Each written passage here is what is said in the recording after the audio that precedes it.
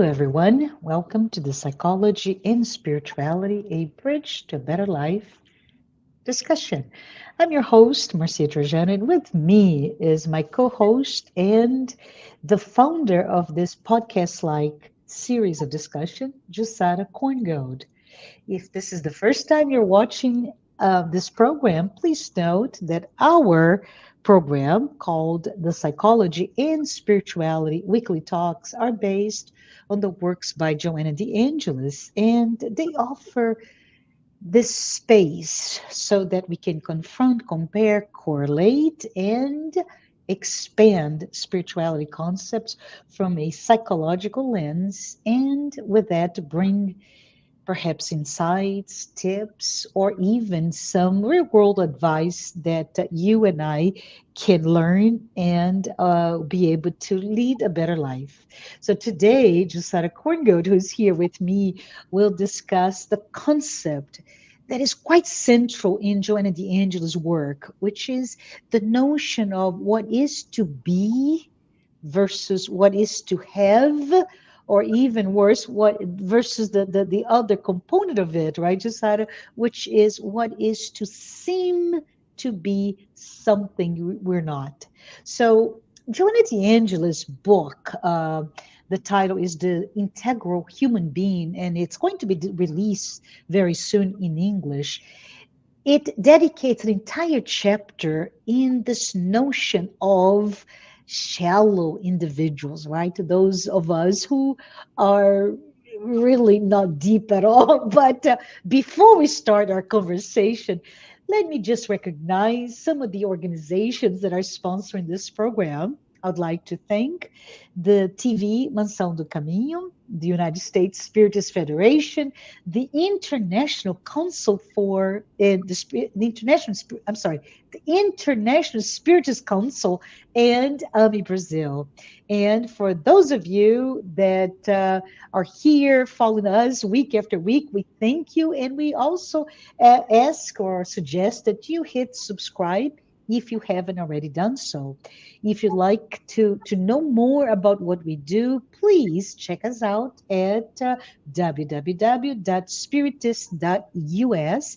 And by all means, if you have any questions, any comments, any feedback, critique, whatever it is, please write it down in the chat so that we can take a look at it and consider for future episodes.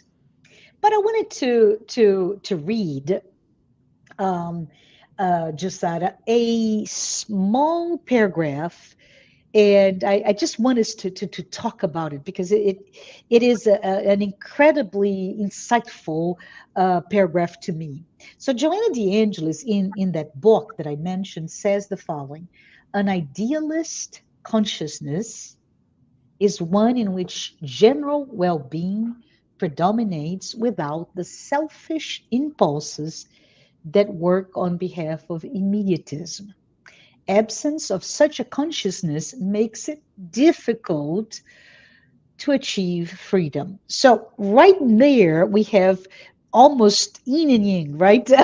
Just out of two opposing ideas, which is immediatism versus true freedom that comes as a consequence of that idealist consciousness. And I keep thinking, let's just talk about freedom, Josara, in the context of that expanded consciousness. And we can really start by focusing on the idea of what is and why are we becoming a society of shallow individuals. What do you think? Oh, hi, hello everyone. Hello, Marcia. I think that Joanna de Angelis never ceases to amaze me because in just one paragraph, a small paragraph plus the title, she brings such deep concepts that there's so much for us to reflect upon, the things that she brings here. For instance, she talks about shallow individuals. What are shallow individuals? And then she immediately goes to an idealist consciousness. What is, Mm-hmm. you know what it is to have an idealist consciousness. And she makes it a point for us to achieve freedom. And as I think it is good for us to be reminded, freedom is one of the ideals that we have in life. We talk about Right. peace and love, but we also want freedom. So so freedom is there,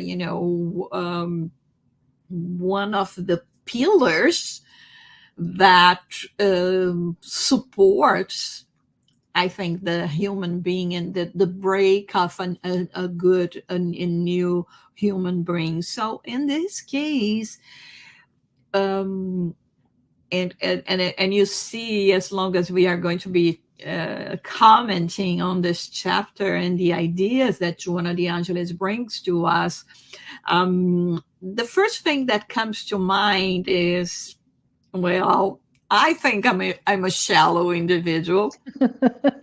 No, you're not. Not alone.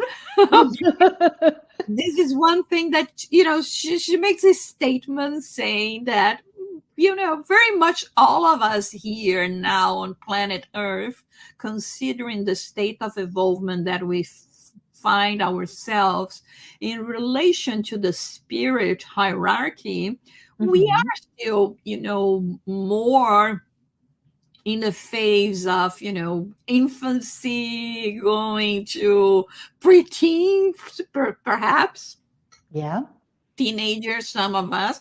So we are still much more worried and mesmerized by things that can capture our attention, Hmm. can dazzle us somehow. Yeah. um, and this is what this shallow means. And in this sense, we go after, what is in fashion right now, what is the world dictating. I mean, I don't want to be different. I suffer peer pressure, right? Uh-huh. And or even if I'm a shy person, it means that if I, dress and behave like somebody else, like, or like, the majority of people, I'm not going to call attention for myself. So Hmm. being myself and being different calls attention for me. And I Yeah. want the attention in case I'm a shy person. And then she comes with the an idealist consciousness. So it is the state where we are going to be the more and more we evolve, Hmm. spiritually speaking. Hmm. She puts it as a condition for us to achieve freedom, and I Yeah. think freedom is amazing. So maybe before we start talking about what freedom really is, if we perhaps look into that notion of idealist consciousness against the opposing ideas of that immediatism that she calls, right? That instant gratification that we all look. And just that I was just thinking that perhaps we could remind ourselves of Maslow, right? The Maslow hierarchy of needs starts at the very bottom, which is what binds us all, humans and animals, right, alike, and plants. If you think about the physiological needs, we need air, we need food, we need shelter. Well, that's the safety needs. I'm sorry, the next level. But once all those physiological needs are attended to, we now push toward the next level, according to Maslow, which is the idea of safety, the idea of shelter, right? And the idea to me comes from an emotional perspective, that idea of a family, right? A family that is there taking care of you during your early childhood all the way to young adulthood. And the third of those five hierarchy items is love and belonging.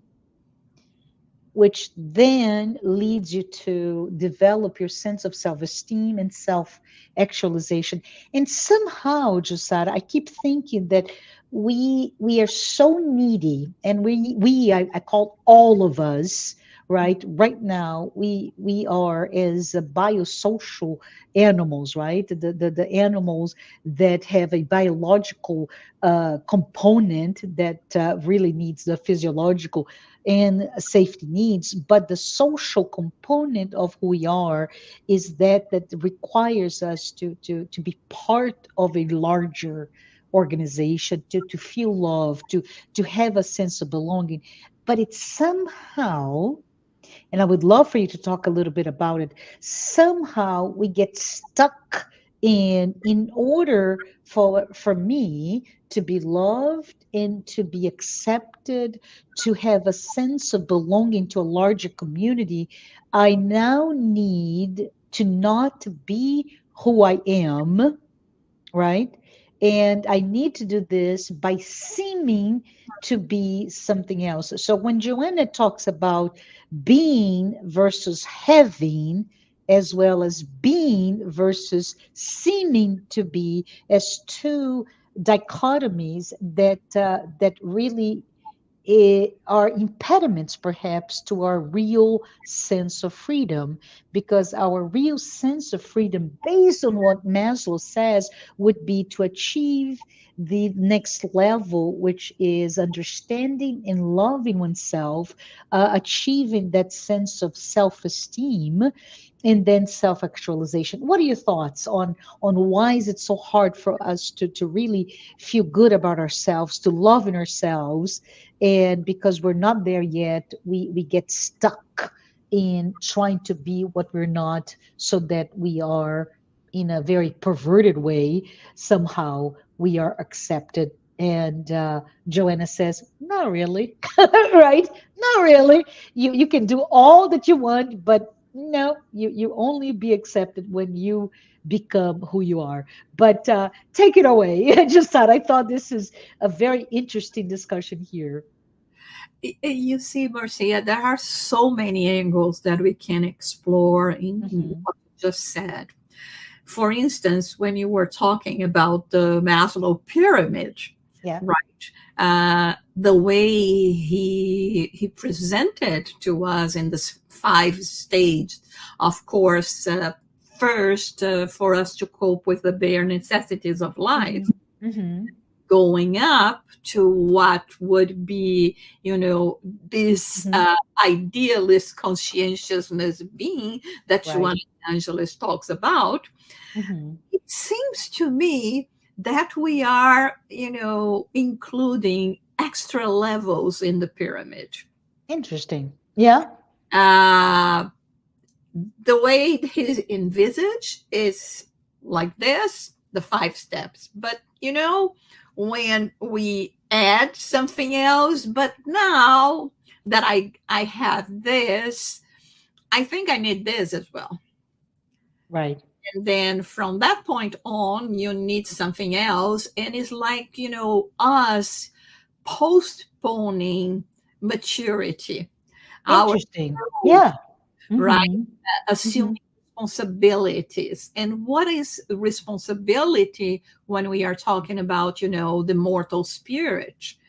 Right? I don't want it to grow up. I still want it to be, dealing with all the the fun, the trivial things, the mess that I do with my life. I still want to delay me becoming of age, spiritual age. And so I think that for this reason, we are sabotaging the pyramid. Very good point. Yeah.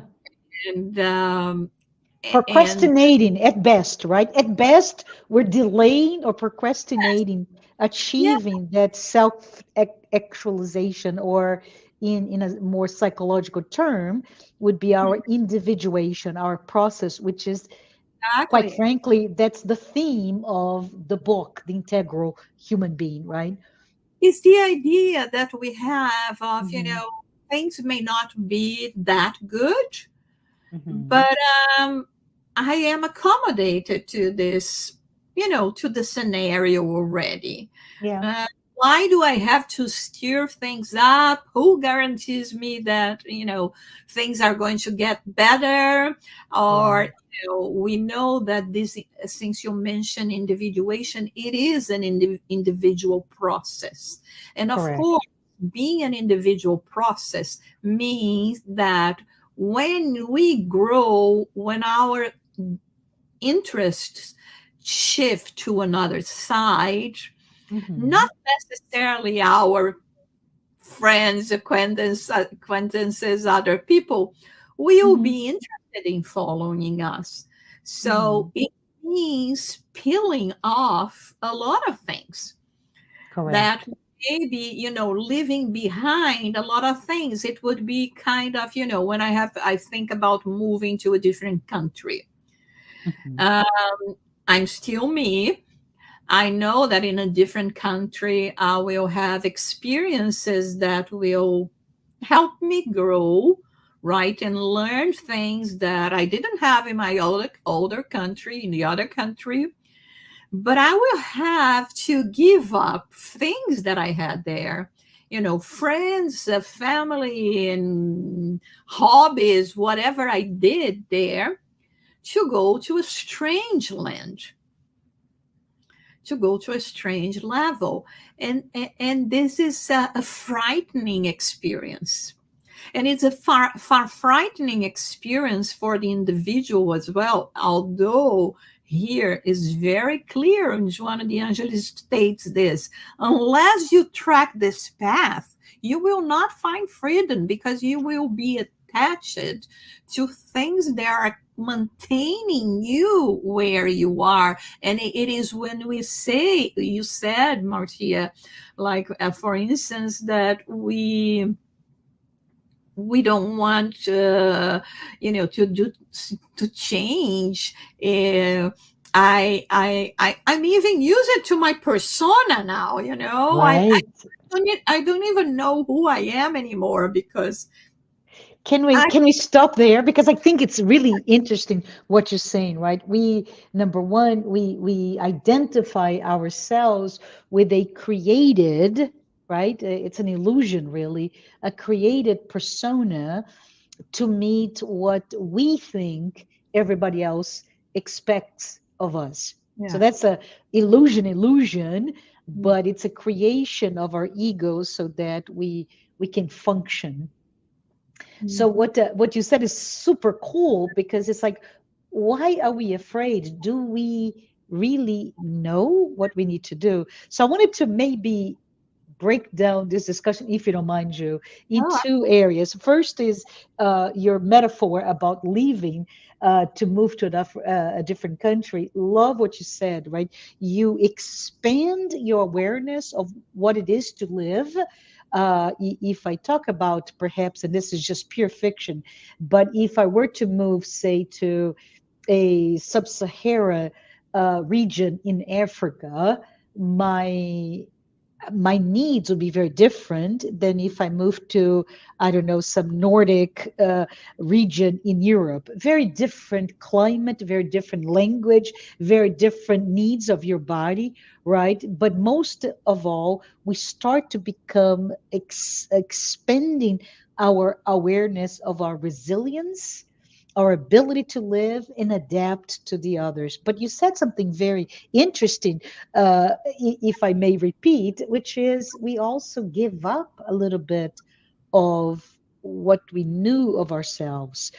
And I just say this because another metaphor that I have heard before is when we move to a different culture with a different language and a different set of identities or cultural identities, it's almost like we become voluntarily disabled, right? We cannot see anymore because we cannot perhaps read the language, or we cannot, if we read the language, we don't understand what it means, right? We become blind, we become deaf, we don't understand the language, and we cannot even speak and be understood. So it's a very weird way to penalize oneself, but in the process of doing this, we become better because now we may be able to, through the ordeal of going to a different culture, different geography, we become able to live into areas. But back to what you're saying, that we identify ourselves with our personas. Could we perhaps, Jussara, start to break down in simpler terms? Why not? Why is it so hard for us to deep dive into who we really are as an individual, as our ego that creates our notion of ourselves, and or even beyond that, that ideal or idealist consciousness that it's inside of all of us as immortal spirits, right? How can we deep dive? And the thoughts that come to my mind, and you may want to take it further or discuss that, Josada, is can we start by very simply asking ourselves, what is it that we want, right? What are our goals? What are our aspirations? What do I want to accomplish my objectives in life? How do I do that?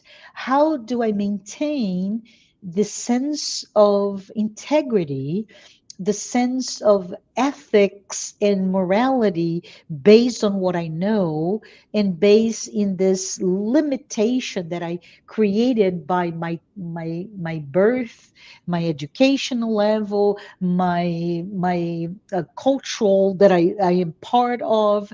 So we start to, maybe by doing that, very specifically diving deeper on who I am, so that then we can start to free ourselves from the traps of our persona, right? Which is that illusion, that creation of our ego.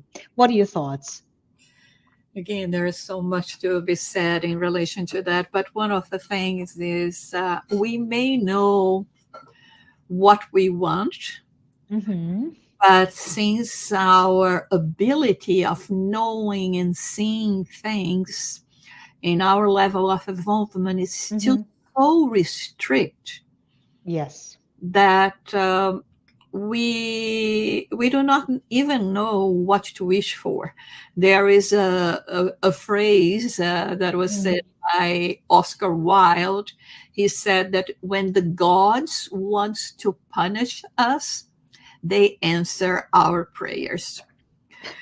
So that means we don't know what we want. But like we Yeah. said at the beginning, some ideals that we have, which is love, peace, and freedom, we still may have a very myopic Yeah. Yeah. way of perceiving those things because for some people, love will mean lasting love, companionship, right? To others, it will be more related to the physical sensations according to the level that we are. And talking again, because Mm-hmm. I think that since you explore a bit more the example that I brought in terms of moving abroad, Mm-hmm. I actually lived this experience. You too. I mean, 30 years ago when I moved it from Brazil to London because of my husband's job. Mm-hmm. We had to go through all this transformation. So let's analyze here. Why would we voluntarily make this move if it is Mm-hmm. a hard one to do? Sure. So it is not voluntary. I mean, it's wonderful to go on vacations in other countries and know the cute culture and all of that, but you wanted to get back to the places that you are used to, that you have your space, that you have your people, that you have your culture. Okay, so moving to a different culture, Yeah.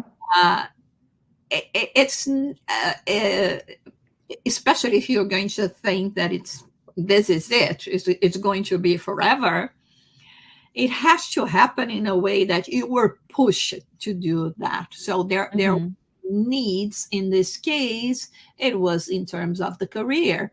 I Yeah. mean, Yeah. because of his career, job, etc. I mean, he had to do that. Of course, I mean, could have not accepted, etc. But it was the right move to do. And then Mm-hmm. this is exactly what happened. We arrived there. None of my clothes were adequate to the things that I had in my kitchen, all of that. I mean, I went to the supermarket, and now what kind of soap is do I have to buy? All of those things were so new. I remember Uh-huh. seeing a guy leaving the supermarket with one banana and one orange, and I said, "Oh my God, how poor is this guy that he can only buy one and one?" At the prices, I could understand, but also the size of the fridge there was so small that you could not go farther than that. So, there is a whole process. But at the end, it is one that I would recommend to everyone, because once I was there, I mean, I could be myself. Interesting. Nobody knew me. Yeah. I was a blank slate to people there. Of course, they, labeled because I was a foreigner, I was a Brazilian. Of course, I didn't speak with their accent, etc., etc. But I was a blank slate. It was like, I didn't have to, pretend or to live in a way that I had to live in certain places, atmosphere. So you don't need to leave your country to do that. You can simply go to another state where people do not know you and stay a bit there. And surprise, surprise, uh, Uh-huh. it did happen to me. I'm sure it Mm-hmm. happened to you as well. People look at me, Uh-huh. you know so They liked Jussara as Jussara, right? exactly. Not a result of the entire environmental expectations that you had before you moved there. I love that story. Felt so much more freedom in Yeah. a way as well, because I I didn't need to to uh, dress worrying if I was going to please my friends or the places that I was going. Uh, Mm-hmm. you know, uh, I could just be myself. And at the same time, I was learning so many things and then all those different cultures. So, but then again, like I said, it was something that it was kind of forced. Yeah. So I think we have to find things that will force us to go out of our comfort zone, Very good. to Mm-hmm. realize that we can be who we are. We can be loved, and sometimes even more being who you are, not necessarily because you have to go according to how certain societies dictate it should be Mm-hmm. your behavior. I mean, like here when Joanna de Angelis says, we go into this hectic preoccupation of acquiring, object that will make me stand by if I have the newest iPhone or Samsung or whatever. There, I couldn't care less. I mean, if people were going to look and see if I, you know, The trappings, right? The trappings of what it is that identify us within our society. yes. Be it in my case, I even go beyond that, Josara, because with my age, right, I start to notice things that were just completely unaware. But do I need to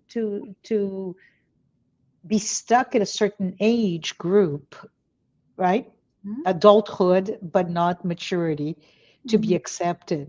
And so there are things that we also see that are not actual material that I can hold it, but it's our desire to be accepted by I don't know, cosmetic surgery. And this is not a critique of cosmetic surgery, but it is the trap that wanting to do or desiring or needing to do something such as cosmetic surgery so that I can be what I accepted versus who I am with all my wrinkles and all the savages of old age start to do to my body, right? But I love what you're saying.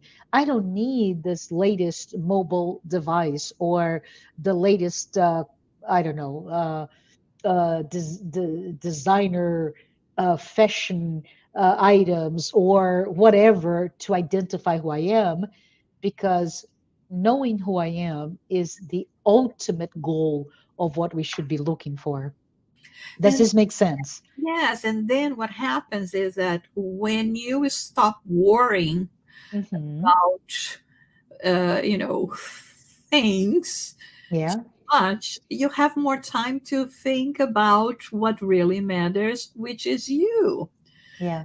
And I mean, and then you will find yourself saying, hey, my happiness does not depend on me having, this or that item, Mm-hmm. or being or not accepted in this or that group of, friends, Yeah. or have more or less wrinkles. And so I think it gives you so much freedom, Yeah, and yeah. which is what Joanna de Angelis is talking about. We enslave ourselves so much, like, Mm. oh, I have to work because I have to, to be prepared for the future. I Yeah. have to have a nice house and everything. But then when you get there, it is not enough, because now the house is small, and Mhm. need a little bit more space. And now, one of the children that was supposed to be independent already is not, and you Mm. have to go and deal with that. And then, it's a never ending story if you just think about those values. And this is when she's telling us, free yourself from that. Yes. Not meaning be careless. It's not about that. It's Yeah. not about me not worrying how am I going to present Mhm. myself to you, or not worrying with um, being safe for the elderly ages, or Mhm. no, but it's seeing so much more, and not having the notion that is a very prolonged process. The thing Yeah. is, a- in order for us to do that, we have to go through the narrow door that Jesus said. Yeah. We have to peel off some layers that are unnecessary. And this process hurts. We are still hoarders of, the material life. We And are. Yeah. and the process, for, to substitute vices for virtues, to go into the vertical line versus keeping ourselves on the horizontal line, is a hard one, but not impossible.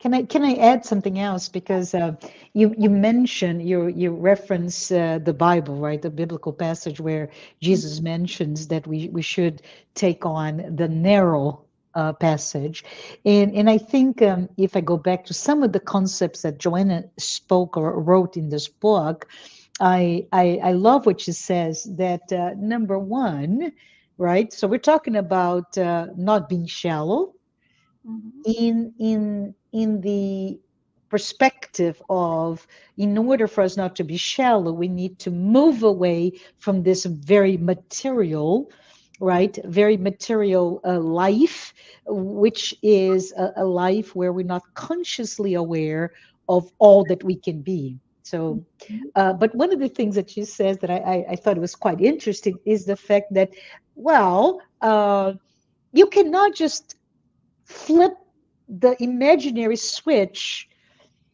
and say, okay, I'm going to be free now. And I love when she says that, right? We cannot just change who you are. And then she says, also, you cannot inherit your freedom from past generations. I mean, the work that Jussara, you're talking about, this hardness, this labor, this needed patience with yourself, which is to work to achieve the depth of understanding of who we are, is something that it takes time, it takes effort, it takes sometimes a um, actually awareness and hardness to accept, to receive feedback and critique from ourselves and from all of those around us, so then we can start to see, peel away all the identify our own personas that we become identified with, right? And she says we can only do this with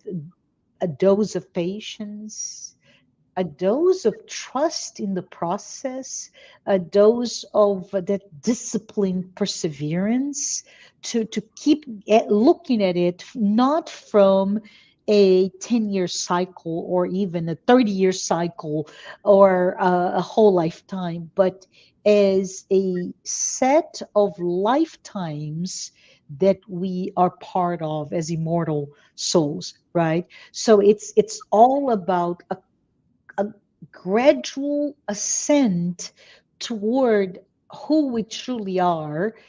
And by accepting, knowing and accepting who we truly are, then we can access this freedom that you referenced right from the beginning, Jusada, when we said we're all looking for love, peace, and freedom, right?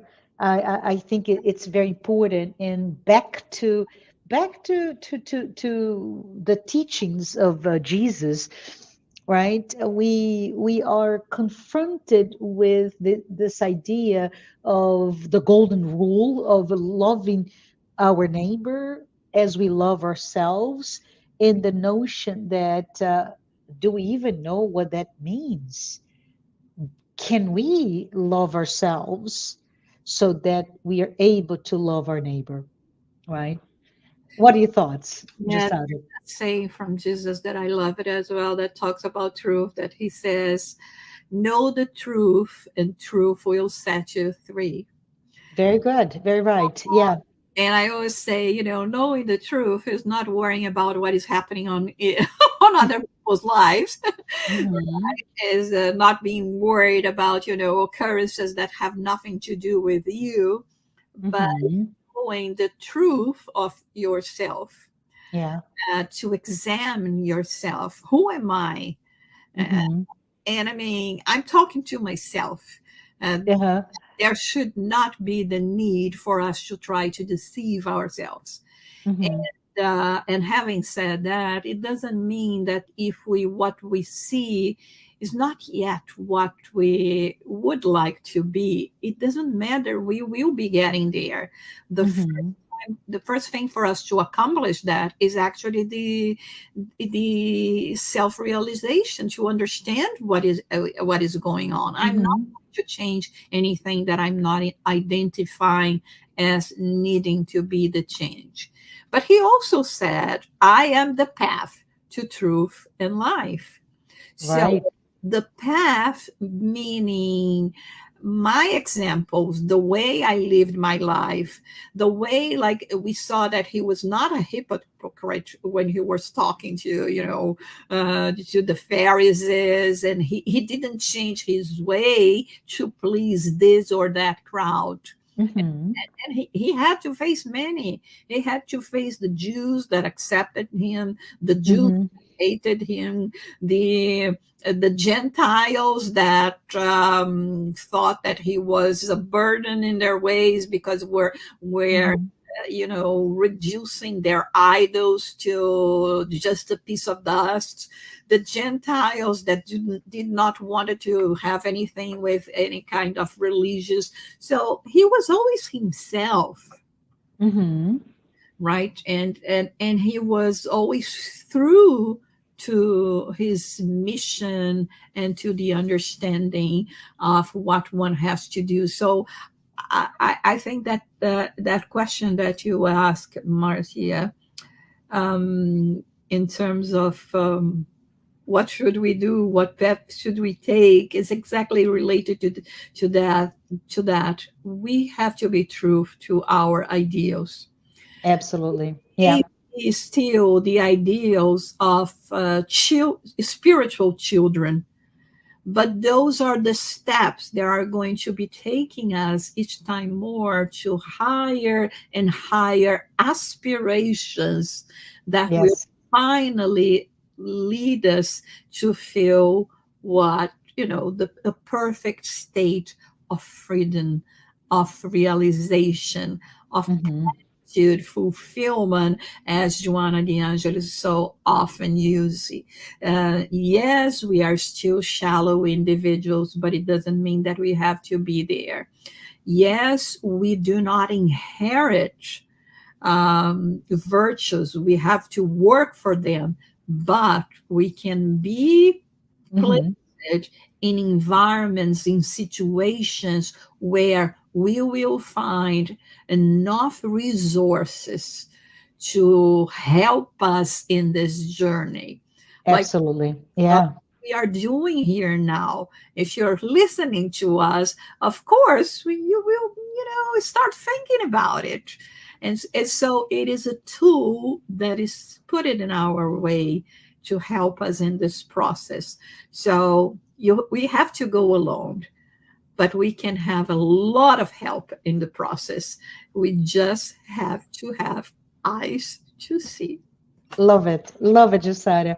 So I think I would like to perhaps conclude bringing more of all this discussion into a couple of thoughts is, first of all, right, the need and the ability to love ourselves actually is the mechanism that will lead us to a higher level of life, right?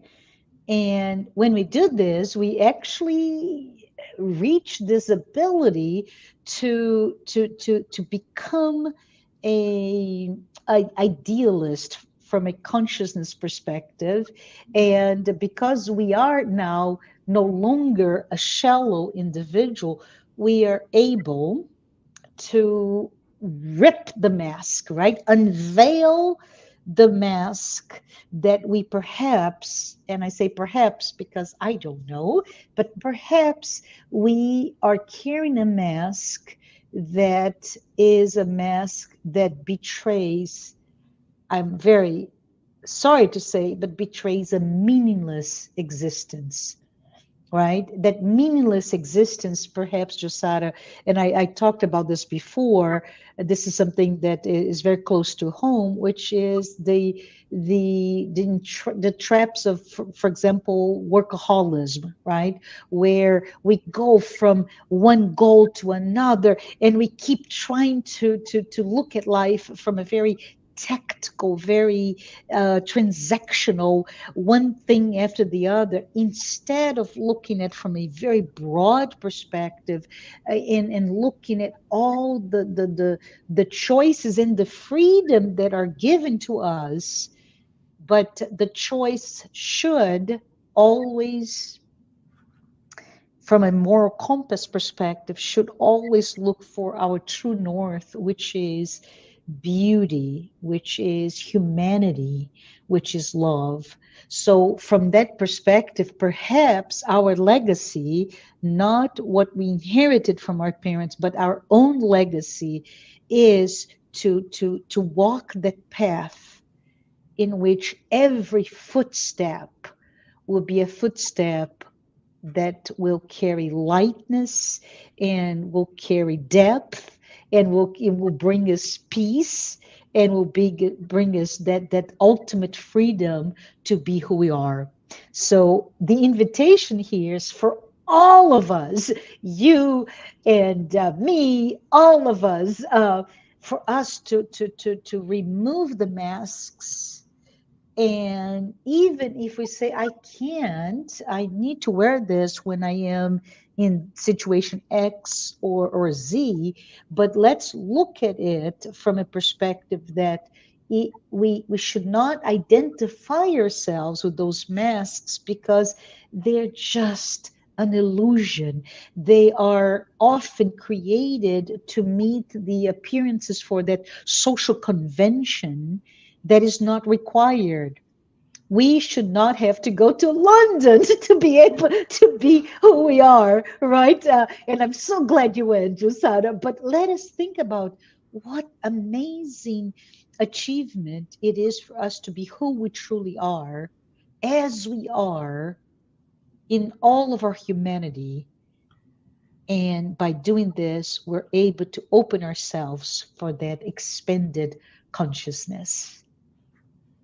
Whew, that's a lot. Any final thoughts, Jasada, Uh, before we say goodbye to our friends today? I think that today we have so much homework, guys. We have so much food for thought, and but it's amazing that we are open to bring all those topics out and have this, guidance by this great benefactor that is Joanna de Angelis, and all the understanding and knowledge that we have in psychology already, and finally we can understand ourselves and know ourselves, and not just go with the hustle bustle of life, but be mindful, and we are all children of God, and there are no children of God that is not absolutely gorgeous, I love it. I I know. love it. Yes. Anyways, I hope you have enjoyed our talk today. Thank you, Josara, for being with me. I think this is quite interesting for all of us to ponder. And if you have a chance, when the book is published, get a copy of this amazing book, The Integral Human Being by Joanna de Angelis, in close collaboration with Divaldo Pereira Franco. But with that, I want to say goodbye and thank you, everyone, for being here with us today.